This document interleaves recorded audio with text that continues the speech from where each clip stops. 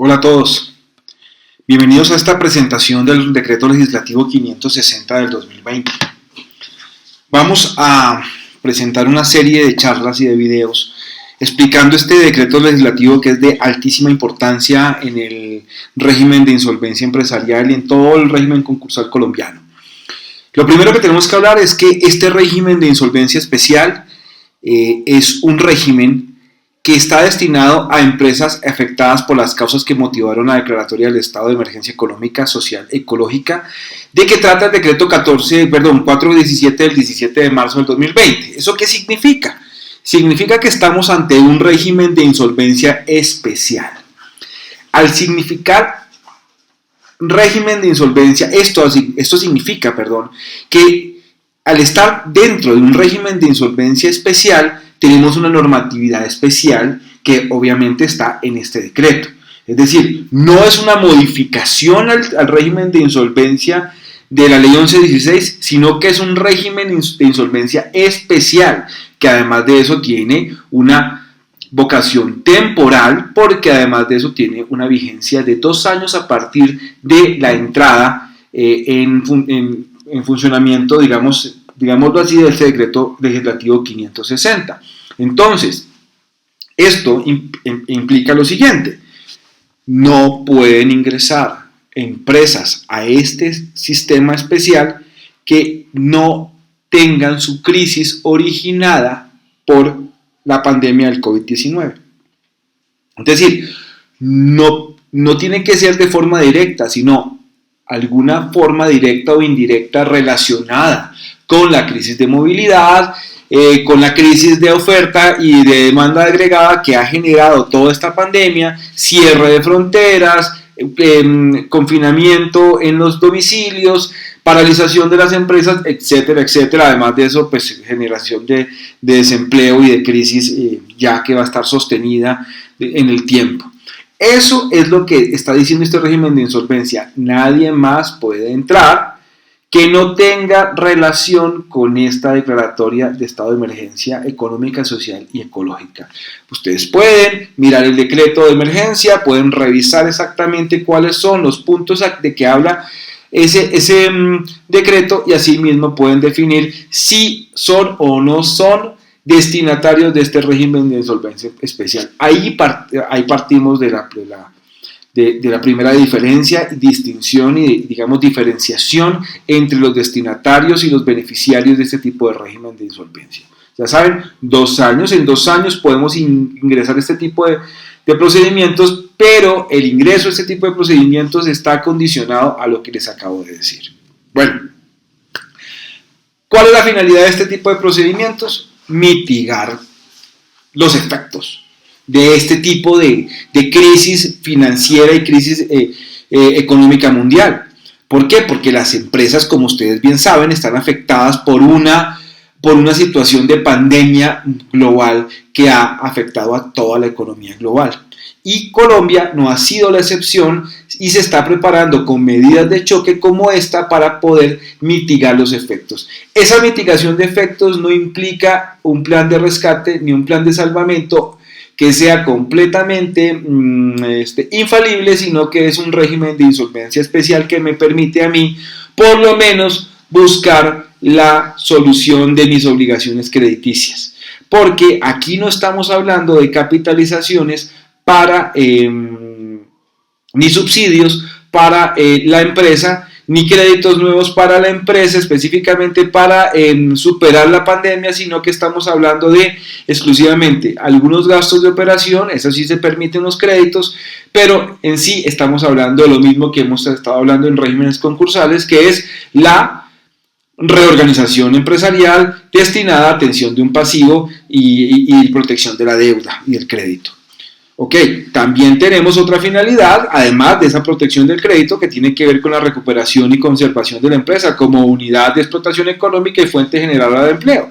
Ya eso lo teníamos en la ley 1116 y pues por este lado ya no habría, ninguna duda. Además de eso, aquí se están implementando unos mecanismos de salvamento y de recuperación muy particulares que van un poco más allá de la ley 1116 y vale la pena no solo mencionarlos, sino rescatarlos para próximas legislaciones. Creemos que esta esta legislación tan apresurada que sale para el tema de insolvencia y recuperación de empresas, ya venía gestándose para una reforma, digamos, al régimen de insolvencia empresarial. ¿Cuáles son las características generales? En este video vamos a hablar exclusivamente de las características generales y por eso seremos un poco menos técnicos al momento de hablar de estos puntos. Vamos a tratar de que este video sea también aprovechado por los empresarios y comerciantes que quieran saber acerca de los alcances y las características generales del decreto legislativo 560 del 2020. Por lo tanto, vamos a hablar de esas características generales muy puntualmente. Primero, tiene unos avances, tiene unos elementos bien interesantes. Primero, que ya no vamos a estar en la dinámica de congestión judicial que tenía la Superintendencia de Sociedades y todo el sistema judicial colombiano. Ya están diciendo, uno, no vamos a tener necesidad de auditar ni información financiera, ni contable, ni validación de los requisitos, sino que usted presenta la solicitud, responde por esos documentos y el juez del concurso dice, me llegó la información, no la reviso y la admito inmediatamente. Ya después podrá empezar a decir pues, que le van a requerir las correspondientes documentación, información y complementación, pero para admitirlo, para que usted ingrese al sistema de concursal, al procedimiento concursal de reorganización empresarial de la ley, de este decreto legislativo 560 o de la ley 1116, también no va a ser necesario tanta tramitología que afectaba el correcto desarrollo de este tipo de procedimientos y además de eso, pues los fines mismos del procedimiento. Si yo me demoro 4 meses de acceder al régimen de insolvencia, pues los principios, los fines, pues ya se van a ver afectados por una simple razón. Yo estoy necesitando un salvavidas y un escudo protector contra mis acreedores mientras llego a un acuerdo con ellos. Si no logro tener eso en el menor tiempo posible, pues simplemente el procedimiento no va a ser efectivo y terminaré ya en peor situación de la que tenía cuando presenté la solicitud y pues obviamente amenazaré una liquidación muy probablemente. Entonces tenemos ese trámite expedito, tenemos la flexibilización de los pagos a pequeños acreedores, ya podemos pagarle a los acreedores sin necesidad de tantas autorizaciones y obviamente dilaciones para el pago. Obviamente estamos hablando de pequeños acreedores que tienen que ver con trabajadores y proveedores, que son básicos y fundamentales para el desarrollo de la actividad. También podemos vender activos para el pago de esos pequeños acreedores, es decir, antes me tocaba también pedir autorización. Pero si yo tengo un activo fijo y ese activo fijo lo puedo vender para pagarle a mis acreedores pequeños que no superen el 5%, lo puedo hacer, obviamente, hasta lo puedo llegar a hacer teniendo ese activo embargado o teniendo ese activo con un gravamen a otro acreedor.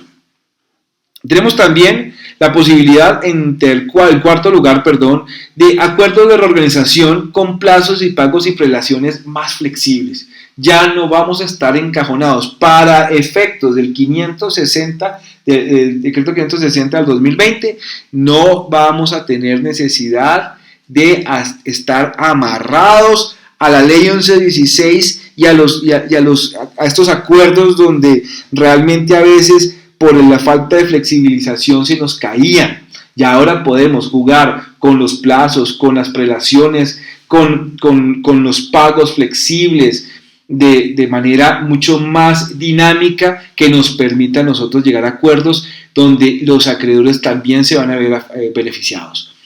También tenemos posibilidad, en quinto lugar, de capitalizar pasivos.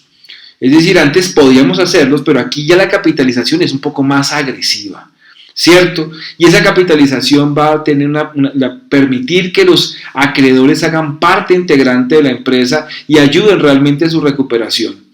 También podemos emitir bonos de riesgo, es algo nuevo realmente, pues, y va a ser algo bastante revolucionario. Va muy en sintonía con lo que está el gobierno nacional tratando de implementar para lograr una una reactivación del sector productivo, y es que las MIPYMES emitan bonos con garantías del Fondo Nacional de Garantías al 90% o hasta el 100%, dependiendo obviamente de lo que vaya a garantizar el gobierno, para que los acreedores compren las obligaciones a través de este tipo de acuerdos, o que simplemente para que empresas que no están en ley de insolvencia, que no están en un régimen concursal, pudiesen también emitir bonos para que el sector financiero los compre y obtener así liquidez en unos términos y en unas condiciones muchísimo más favorables para esta empresa.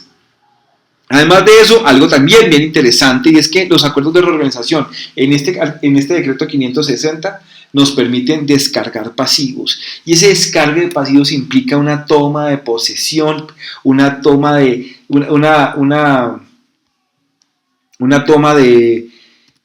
situaciones de control societario sobre la empresa. Entonces, este descargue de pasivos también es muy importante en este decreto legislativo, porque me permite a mí casi que liberar en ciertos eventos donde la empresa tiene, digamos, un patrimonio negativo, descargar ciertas deudas que jamás se van a poder pagar, pero además de eso que los acreedores tomen el control de la sociedad. ¿Qué más tenemos? Tenemos que podemos hacer en esos acuerdos de reorganización otros subacuerdos, es decir, pactos de deuda sostenible. ¿Y eso qué significa? Significa que yo, como deudor, puedo no tener que montarme en un cronograma de pagos como venía haciéndose, sino que yo le digo, Banco X, señor Banco X, yo le reestructuro la deuda y le pago con el título, valor, pagaré, cheque, factura o lo que salga, contrato de mutuo, lo que sea. Con ese título le pago la obligación y queda totalmente saneada esa obligación en el trámite concursal, aunque siga esa obligación ya reestructurada pagándose como un gasto diferente. Entonces, la posibilidad de hacer pactos de deuda sostenible me permite a mí llegar a conciertos acreedores, especialmente financieros, llegar a hacer acuerdos dentro de los acuerdos, y esos acuerdos dentro de los acuerdos me van a permitir desligar a este acreedor de la estructura rigurosa de la ley 1116 y adentrarme en su propio juego, en sus propias políticas, específicamente para un banco. Si un banco me dice, le permito normalizar o reestructurar esta obligación, pero dentro de los límites de las políticas de la empresa, del banco, no me puedo acoger al procedimiento de insolvencia, sino que dentro del procedimiento de insolvencia usted a mí me va a hacer una normalización, y además de eso me va a permitir a mí que ese crédito normalizado y recuperado me genere unos indicadores positivos dentro de mi empresa, pues, y dentro de mi banco, pues ya en este momento la ley el decreto 560 lo permite, ¿ok? Tenemos también que el deudor dentro de la trámite de negociación, es decir, desde que me admiten hasta antes del acuerdo de confirmación, o hasta la audiencia de confirmación, del acuerdo, discúlpeme, en ese lapso de tiempo yo puedo perfectamente llegar a hacer créditos, y esos créditos tienen unas condiciones, ¿cierto? Hay un evento en el que a mí me permiten hacer créditos sin necesidad de autorización de terceros, hay otros eventos en que ya sí necesito unos créditos. Cuando no puede encontrar financiación externa, pues ya me voy donde el juez a decirle, mire, necesito ofrecer mejores garantías, entonces ya tengo que disponer de mi activo fijo, disponer de las garantías disponibles, tengo que, relevar de la garantía uno de los acreedores que tengo aquí, porque tengo que cubrir mis obligaciones del giro ordinario del negocio, mis gastos de administración, y por lo tanto, en pro del correcto desarrollo y viabilidad de la empresa, necesito hacer créditos y necesito echarle mano al activo que tiene la empresa para poder darle garantías a terceros y que me otorguen esos créditos tan importantes. Entonces me permite hacer esos créditos. 10. Entidades públicas, impuestos, ya en este momento nos permiten solicitar y negociar rebajas de capital, intereses y sanciones. Antes, ustedes lo saben, era difícil, era imposible buscar ese tipo de de condiciones era muy, muy difícil, realmente casi que estaba vedado, perdón. Y en este momento se puede, ya la DIAN lo permite, es decir, ya la ley lo permite, la DIAN obviamente no lo aprueba, pero en este caso sí, el decreto legislativo 560 está diciendo, DIAN, es posible que te toque bajarle al capital, hacer condonaciones, ¿ok? En pro de la economía. Estamos en una situación de irregular, imposible para unos, y esa situación de crisis que no tiene precedentes. Esa situación de crisis implica también que tengamos medidas sin precedentes, que tengamos soluciones sin precedentes, y esta es una de ellas. DIAN rebajando capital. Bueno, un trámite especial, un trámite concursal, aunque esta disposición del tema de la DIAN está un poco suelta y podríamos decir que la podríamos utilizar también para los procedimientos de insolvencia empresarial normales o algunos otros procedimientos de otra naturaleza. Tendríamos que revisar hasta cuánto va a llegar la DIAN en ese sentido, y pues podríamos empezar a buscar soluciones de manera directa con la DIAN. La DIAN ha estado pues muy digamos, no reacia, sino colaborativa, por lo menos de manera oficial, en el asunto de buscar soluciones y de compromisos de pago y de soluciones para los deudores que antes realmente no estaba dando. Entonces, tenemos adicionalmente que, a diferencia de otras situaciones, este decreto 560 permite el salvamento de las empresas que estén en riesgo de liquidación inminente y por parte de los acreedores. Es decir, puede llegar un acreedor y decir, oiga, yo me encargo del pasivo de la empresa y básicamente me quedo con la empresa, o nosotros acreedores nos quedamos con la empresa. ¿Qué acreedores? Cualquier tipo de acreedores, y ya lo veremos. 12. El acuerdo solo se entiende incumplido después de 3 meses de mora, y además de eso, que en la audiencia no se subsane. ¿Eso qué significa? Significa que si nosotros nos vamos a los otros acuerdos con un mes de incumplimiento, un día, 30 segundos de incumplimiento, pues ya estamos incumpliendo el acuerdo, y ese incumplimiento pues me llevaría al fracaso mismo y a la liquidación propia de estos incumplimientos. En cambio, aquí me dicen, mire, tiene 3 meses para ponerse al día, y esos 3 meses le permitirán a usted que juegue con ellos. Si usted tiene 2 meses de mora, pues no le van a poder llamar al incumplimiento, y no 3 meses. Y además de eso, esa subsanación se puede dar también dentro de la audiencia. Ay, sí, qué pena, señores acreedores, tenía esta dificultad. Vamos a tener situaciones de crisis completamente irregulares, completamente exorbitantes, completamente impredecibles, y además de eso, irresistibles. Y esa situación de crisis, esa situación de movimiento negativo de la economía, va a necesitar también que seamos más flexibles como acreedores y más flexibles en estos acuerdos de reorganización. También tenemos un punto, aunque aquí aparece en la presentación, un punto muy importante, aunque aquí aparece abajo, es muy importante: la implementación de la negociación de emergencia.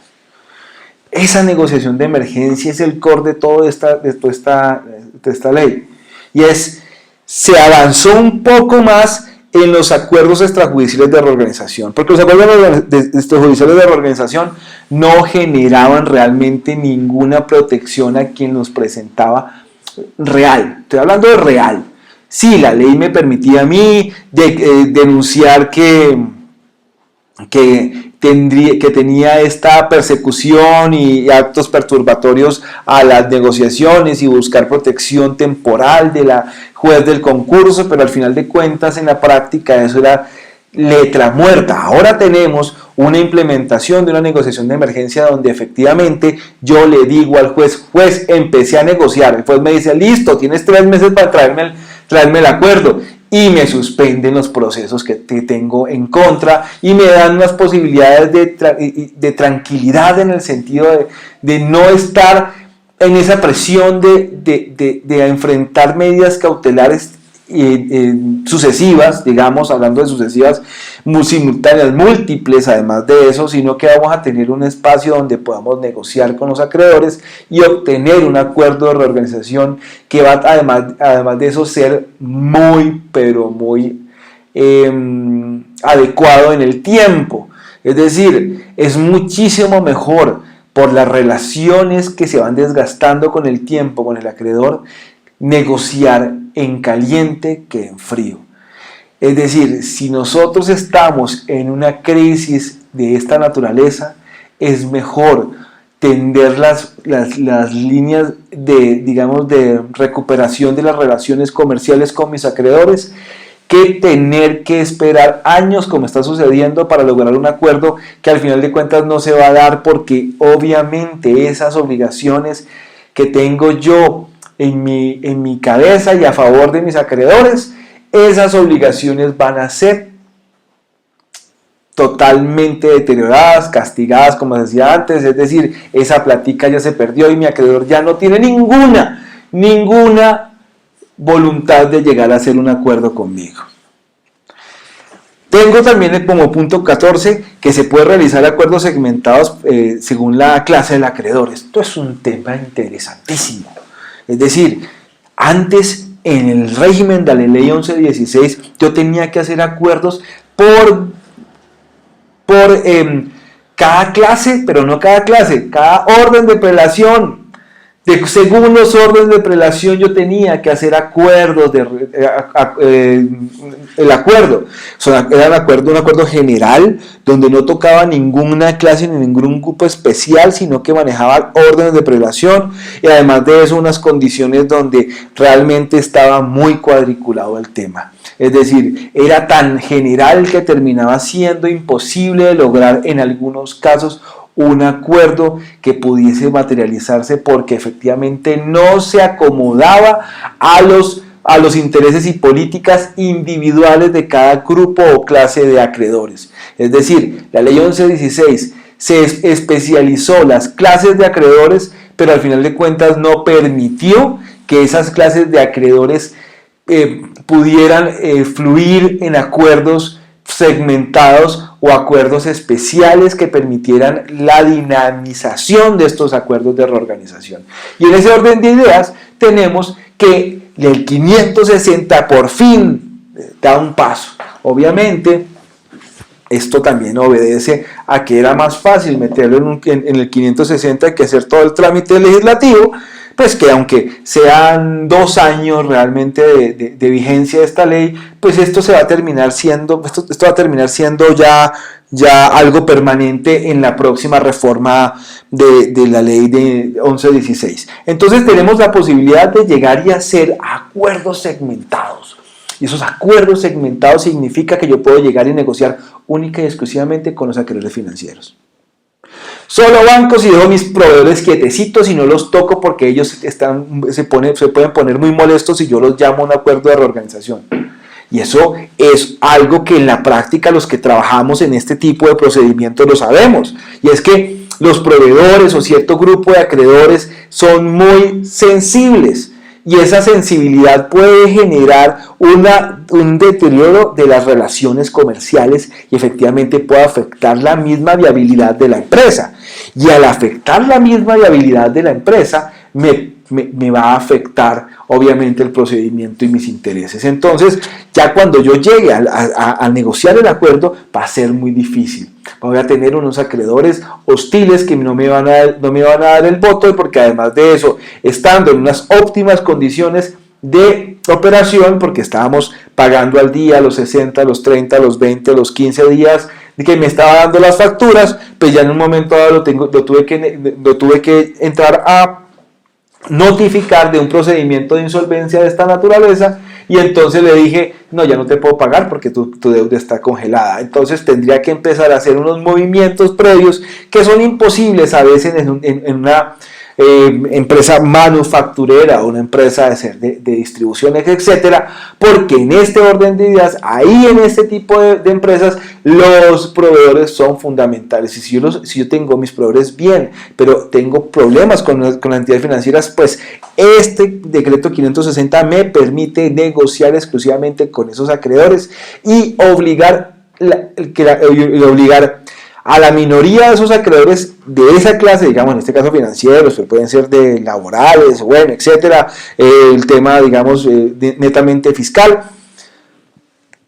Ese tipo de acreedores los puedo entrar a obligar con el voto mayoritario. Entonces, negocié con todos los acreedores financieros, pero solamente el 60% de los acreedores me terminó aceptando el acuerdo y el otro restante no lo aceptó. Pues entonces yo valido y esa validación me va a permitir a mí que logre una obligatoriedad y una extensión de ese acuerdo para toda la totalidad de ese clase o grupo específico. Entonces es muy interesante ese punto. El 15 es que se establece un procedimiento de recuperación empresarial en cámaras de comercio. Tenemos ya por fin las cámaras de comercio dejan de ser solamente ese factor o ese elemento de registro mercantil en este tipo de procedimientos de insolvencia, porque para otros procedimientos de insolvencia persona natural no comerciante están ingresando exclusivamente pues como